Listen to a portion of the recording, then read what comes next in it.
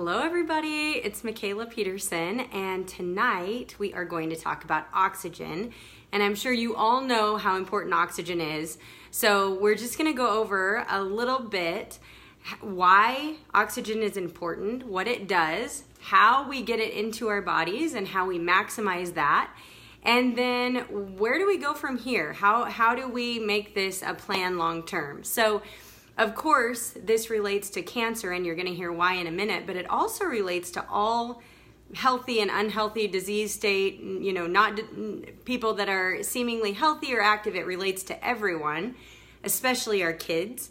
And so we're going to talk about some ways that we can teach these tricks to our kids at a young age so that they can better control their emotions and hopefully prevent disease and get the most oxygen that they can to their little bodies. So first of all, did you know that only 5 to 10% of cancers are genetic? The other 90 to 95% are related to the factors that we can control. So poor diet is linked to cancer, environmental toxins, toxic feelings, not forgiving people, all of those things cause oxidative stress on the body, smoking, excessive exercise. All of those things cause stress to the body, and we know that when the immune system is stressed, then we're more prone to chronic disease and cancer. So oxygen is the 8th element on the periodic table and is responsible for providing energy and giving us life. We literally cannot survive without it. I'm sure even your little kindergartners know that. Okay, I just got a phone call, so hopefully we're good. What's interesting is that healthy cells survive on aerobic, or they need oxygen to thrive, whereas cancerous cells don't need oxygen to survive. So they are called anaerobic cells. And remember, we talked about this when we talked about sugar and fermentation and how cancer thrives there. So Nobel Prize winner Dr. Otto Warburg, I love that guy, hypothesized that the primary cause of cancer is the replacement of respiration in normal body cells by fermentation of sugar. So you guessed it, refer back to the video called Sweet Talk if you haven't watched that, to see what sugar does to the immune system and how it affects our ability to thrive through life. A nutritional expert that wrote the book Beating Cancer with Nutrition says that every person will manifest in a cancerous state 6 times over their lifetime, but only 1 in 3 will be diagnosed. So the reason for that is that a healthy immune system destroys cancer cells. Remember, we talked about those natural killer cells that are the Pac-Men that roam around the immune system and eat irregularly growing cells. So remember that cancer isn't the problem. Cancer is a symptom of the problem, and the problem is an improperly balanced immune system and an acidic state, and that's a prime breeding ground for cancer. So increase in oxygen helps the immune system, and here's why. So unhealthy cells if you have unhealthy cells in your body, which we all do, every single one of us has cancerous cells in our body. You just need 1 billion cancer cells to be diagnosed. So in a typical healthy cell, we'll talk about this in a few weeks, has a natural mechanism that allows nutrients to go into the cell and also waste out of the cell. And so that lipid bilayer, which we'll talk about when we talk about healthy fats, allows that flow to happen. Well, in an unhealthy cell or in a cancerous cell, only some of the nutrients can get in and only some of the toxins can get out. And so what you have is just a mess in the cell. And so nothing good comes of that. Okay, so we talked about a lack of oxygen and the fermentation process. There was a fascinating study that was recently conducted at the University of Georgia, and they took 7 different types of cancer and tested them. And I think it was breast, kidney, liver, lung, ovarian, pancreatic, and stomach were the ones that were tested. And all 7 samples of all the different people that they tested, all 7 types of cancer showed a decrease in oxygen in cancer cells. So that was kind of shocking to me, that 7 out of 7. So clearly we're on to something here. And the good news is there are great things that we can do about this problem. It's so easy, cheap. So give us some thumbs up if you agree with that. Okay, so low oxygen levels disrupt a lot of things, and they cause a lot of problems. Foggy brain, they affect gut function, they affect our ability to breathe right and to expel air right. They affect so many things. And mainly what they affect is the way that our body converts food to energy, which is really important. I'm not going to bore you with the Krebs cycle because I don't know if I could, actually. I don't know if I could totally go through the Krebs cycle. It's been a few years since I was in pharmacy school. But the main thing that you need to know is that as oxygen levels decrease, our cells switch to what's called glycolysis. And so this is using sugar for food, basically.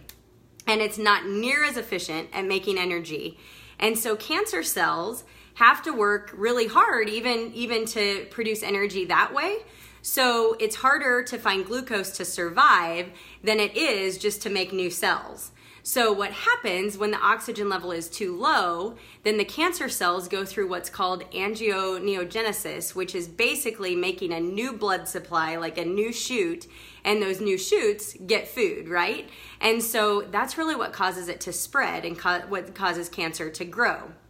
So interesting fact is that malignant tumors have a glycolytic uptake rate of 200 times higher than normal cells. So what that means is they uptake sugar way more than the average cell, and that just compounds the fermentation process and all of that. So I was actually shocked to know that oxygen has this much of a role in the cancerous process, for sure. Okay, so how do we get more oxygen into our system now that we've talked about all the scientific stuff? Well, it's really easy. I'm sure you guys can comment below guesses of how many different ways you think that we can get oxygen into our system.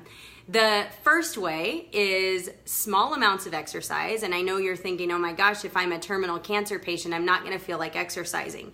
Even getting up and walking across the house is going to increase that oxygen supply. You're going to be taking in more oxygen, and that's going to be better. That'll increase your respiratory ability. It'll also increase your breathing rate, and your lungs will be able to absorb more oxygen. So even if you're breathing fast, if you're huffing and puffing, you're actually breathing in more oxygen, so that's good. You can increase your water uptake. Water is H2O, the scientific name for it, and so O is for oxygen at the end. So that's a way to get more oxygen into our bodies. We should be drinking enough water that our urine is clear, and that's really hard to do sometimes. Some days it's hard even for me to do. Another way is to drink half your body weight in ounces of water. If you're not sure where that is, that's usually how that goes. You can open windows, not here in Nebraska because it is frigid, but if you live somewhere tropical or nice, open your windows and let that breeze blow through. That's going to give you more oxygen.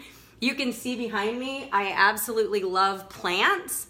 You can have plants in your house because plants thrive on carbon dioxide, and so they give off oxygen, which is awesome. We have plenty.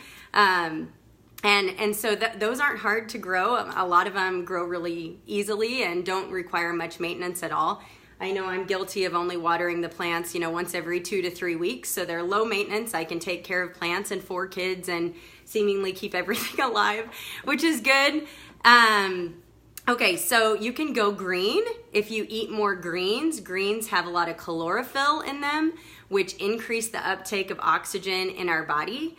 You all know what my favorite whole food nutritional concentrate is, and we know from the studies that Juice Plus increases blood flow and thus oxygen carrying capacity by 39%. So that's going to get the circulation going even better. You can meditate. There are so many breathing apps, and you guys, I think we're in such a busy society that we have to remind ourselves to breathe some days. We're going from one thing to another, and we need to just slow down. There are great apps for meditating. You can look up anything on YouTube videos, Headspace. There's a Calm app. You can just sit in the silence. You could listen to music. but the main thing is that we're breathing, and we're going to talk about that in just a little bit. The other thing you can do is eat a lot of iron-rich produce. These are your green leafy vegetables like kale and broccoli. Celery is a good source, and that'll help your body as far as iron stores, and the iron and oxygen go hand in hand. So, you know, if your iron is low, there's a good chance your oxygen is low as well. And so you can cut out the salt also.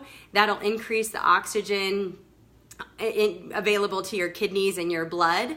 So now we're going to talk just a little bit about breathing. And even I set my timer on my watch or my phone to remind me to breathe. And any patient that has cancer symptoms that I coach, we talk about setting a timer for every hour that they're awake to breathe deeply. And I think the majority of Americans do not know how to breathe correctly. So what you want to do is you want to inhale, a big inhale through your nose. And there's several ways to do it. Before I go to bed, I inhale for a count of 4. I hold my breath then for a count of 7, and I release it for a count of 8. And I think I read an article once about it. I know a good friend of mine coaches on the power of 3. So inhale, huge for 3, then exhale, hold it, and then exhale. You want to inhale until you feel like you cannot inhale anymore, and then you want to hold it and let it out. Another way is box breathing. The kids are taught this in school. So they inhale, make a box, hold it, exhale, and then start the process over again. And this is one of their ways that they teach the kids to kind of calm themselves down. You want your diaphragm to extend on inhale and retract on exhale. So that's opposite of what most of us are taught. The cool thing about breathing is, not only is it great for people with cancer and, to prevent disease, but it's great for weight loss too. It's a fact that oxygen burns fat.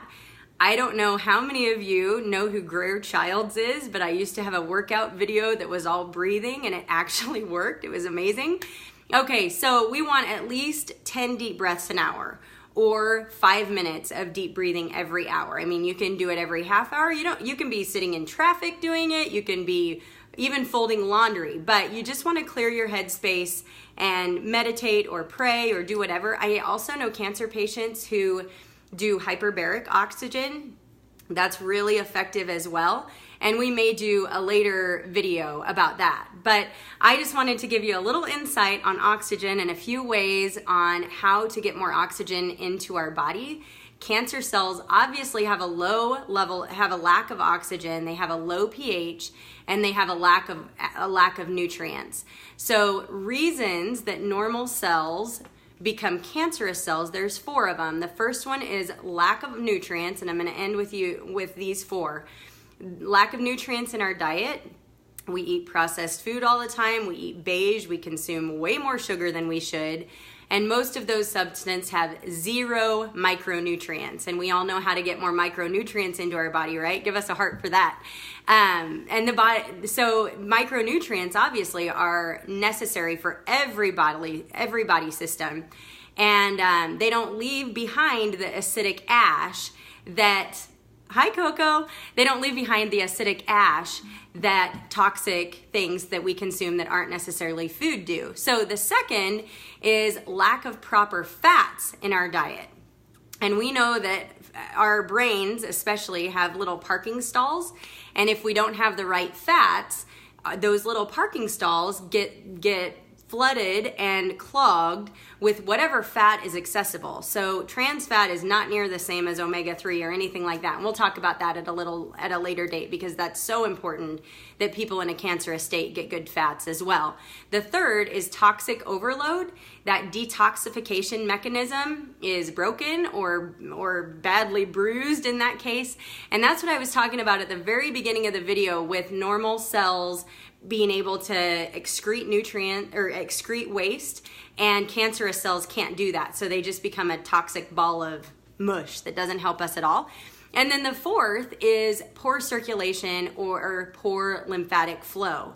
And the way to remedy that one is move your body, and that'll also increase those that oxygen level. So I hope you guys have a great night. I hope this was enlightening. Feel free to share this video with anyone that you think it can bless, and we'll see you next week.